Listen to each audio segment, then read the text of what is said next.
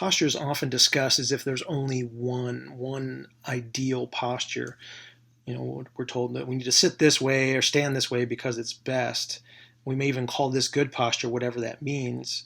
But we have to consider that posture is just like any other emergent behavior of the human system. Posture is the result of the system with its functional and structural constraints like anatomy and physiology interacting with the surrounding environment to perform a specific task.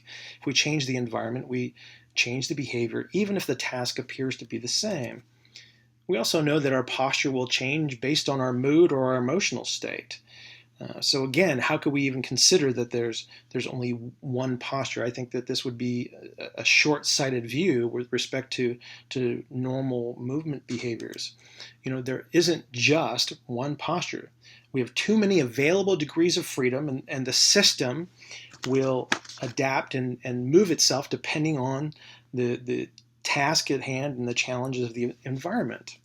So does posture even matter? I think this is going to be in one of those categories where we have to say it depends. We can't say that any particular posture will result in pain. We may identify similar findings in those that are experiencing pain and those that are pain-free. So in this case, the posture doesn't matter crowd is correct. But stressors and habitual behaviors can increase behavioral rigidity within the system. In this case, there may be an unintentional or prolonged restriction of degrees of freedom or development of pathological compensatory mobility, resulting in repetitive loads of structures. That could result in a pain experience. So in this case, the Posture Matters camp is correct. Now, you may want to re-watch the movement variability video that I did a few days ago for a refresher on this. But we also have to consider that the increasing rigidity of the system can be beneficial.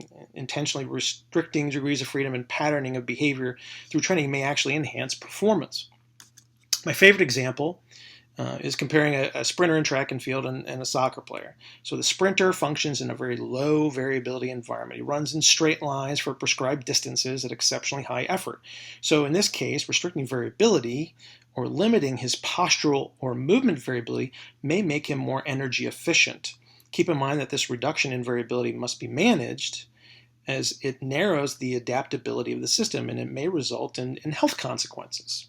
Soccer player, on the other hand, lives in a much more variable environment. He needs a broad spectrum of energy system development and movement options to succeed in a much more chaotic environment. A system that is too rigid may restrict key aspects of his performance and potentially increase health risk. The goal then, with regards to posture, as with movement, is to provide the system with sufficient adaptability to meet the needs of the environment in consideration of the task at hand. How you interpret, monitor, and manage that as a good coach or therapist is entirely up to you.